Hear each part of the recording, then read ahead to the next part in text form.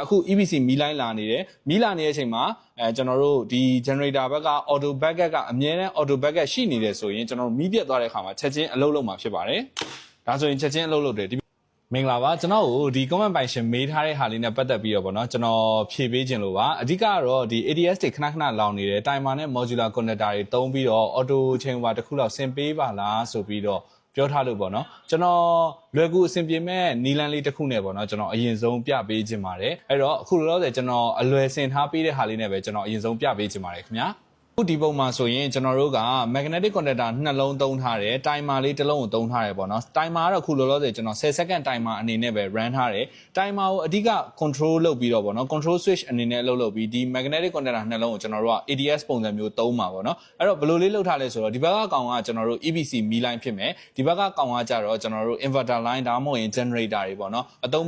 ပြုတ်ရန်အတွက်ဒါကျွန်တော် control setting အနေနဲ့လုပ်ထားပေးရပေါ့နော်ဒီမှာဆိုရင်ကျွန်တော်က timer တွေကို power source နှစ်ခုစလုံးပေးလိုက်တယ်အဲ့ဒီကနေမှထွက်လာတဲ့ out source ကိုကြတော့ကျွန်တော်တို့ကဒီကနေပေါ့နော်တစ်ဖက်တစ်ခုစီပြန်သွားတယ်ပေါ့နော်အဓိကတော့ NONC တွေကိုပဲကျွန်တော်အဓိကအသုံးပြုထားတယ်အဲ့တော့ဘယ်လိုလေးစ run လဲဆိုတာကိုကျွန်တော်အရင်ဆုံးပြပေးမယ်အခုလောလောဆယ်မှာဆိုရင်ကျွန်တော်တို့က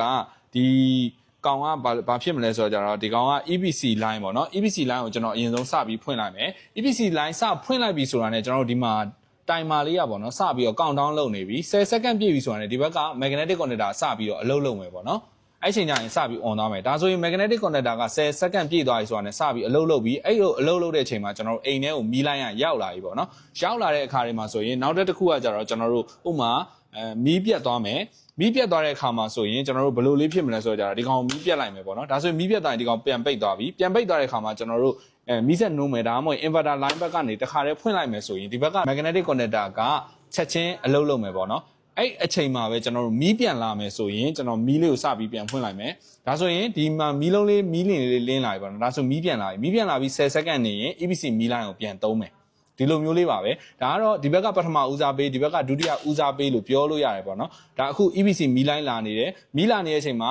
ကျွန်တော်တို့ဒီ generator ဘက်က auto backup ကအမြဲတမ်း auto backup ရှိနေတယ်ဆိုရင်ကျွန်တော်တို့မီးပြတ်သွားတဲ့အခါမှာချက်ချင်းအလုပ်လုပ်မှာဖြစ်ပါတယ်ဒါဆိုရင်ချက်ချင်းအလုပ်လုပ်တယ်ဒီဘက်ကကောင်ချက်ချင်းအလုပ်လုပ်သွားပြီပေါ့နော်ဒီပုံစံမျိုးလေးဖြစ်ပါလိမ့်မယ်ခင်ဗျာโอเคပါအခုဒါဆိုရင်တော့ကျွန်တော်တို့ကအသုံးပြုခဲ့တာက